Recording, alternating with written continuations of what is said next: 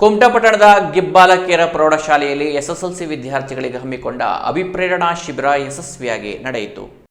ಕರ್ನಾಟಕ ರಾಜ್ಯ ಸರ್ಕಾರಿ ನೌಕರರ ಸಂಘ ಕುಮಟಾ ಘಟಕ ಮತ್ತು ಕ್ಷೇತ್ರ ಶಿಕ್ಷಣಾಧಿಕಾರಿಗಳ ಕಾರ್ಯಾಲಯದ ಸಂಯುಕ್ತಾಶ್ರಯದಲ್ಲಿ ಹಮ್ಮಿಕೊಂಡ ಎಸ್ಎಸ್ಎಲ್ಸಿ ವಿದ್ಯಾರ್ಥಿಗಳ ಅಭಿಪ್ರೇರಣಾ ಶಿಬಿರವನ್ನು ಗಿಡಕ್ಕೆ ನೀರೆರೆಯುವ ಮೂಲಕ ಕ್ಷೇತ್ರ ಶಿಕ್ಷಣಾಧಿಕಾರಿ ಆರ್ಎಲ್ ಭಟ್ ಅವರು ಉದ್ಘಾಟಿಸಿದರು.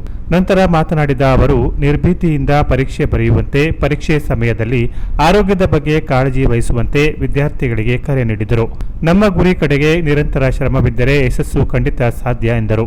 ಕಾರ್ಯಕ್ರಮದ ಅಧ್ಯಕ್ಷತೆಯನ್ನು ಕರ್ನಾಟಕ ರಾಜ್ಯ ಸರ್ಕಾರಿ ನೌಕರರ ಸಂಘ ಕುಮಟಾ ಘಟಕ ಅಧ್ಯಕ್ಷರಾದ ವಿನಾಯಕ ಎಸ್ ಭಂಡಾರಿ ಮಾತನಾಡಿ, ಎಸ್ಎಸ್ಎಲ್ಸಿ ವಿದ್ಯಾರ್ಥಿ ಜೀವನದ ಪ್ರಮುಖ ಘಟ್ಟ. ಇಂಥ ಶಿಬಿರಗಳಿಂದ ವಿದ್ಯಾರ್ಥಿಗಳು ಪರೀಕ್ಷೆಯಲ್ಲಿ ಉತ್ತಮ ಫಲಿತಾಂಶ ಪಡೆಯಲು ಸ್ಫೂರ್ತಿದಾಯಕವಾಗಿದೆ. ಇದಕ್ಕೆ ನಮ್ಮ ಸರ್ಕಾರಿ ನೌಕರರ ಸಂಘ ಸದಾ ಸಹಕಾರ ನೀಡುತ್ತದೆ ಎಂದರು. ಕಾರ್ಯಕ್ರಮದಲ್ಲಿ ಸಂಘದ ಕಾರ್ಯದರ್ಶಿ ಉಮೇಶ್ ನಾಯ್ಕ್ ಪ್ರಾಸ್ತಾವಿಕ ಮಾತನಾಡಿ, ಈ ಶಿಬಿರದ ಪ್ರಯೋಜನವನ್ನು ವಿದ್ಯಾರ್ಥಿಗಳು ಪಡೆಯುವಂತೆ ಕರೆ ನೀಡಿದರು.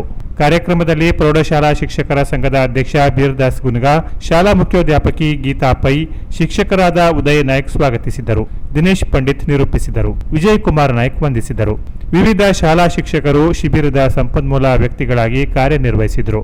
ತಾಲೂಕಿನ ಸುಮಾರು 173 ವಿದ್ಯಾರ್ಥಿಗಳು ಈ ಶಿಬಿರದ ಪ್ರಯೋಜನ ಪಡೆದರು. Canara plus news, Kumta.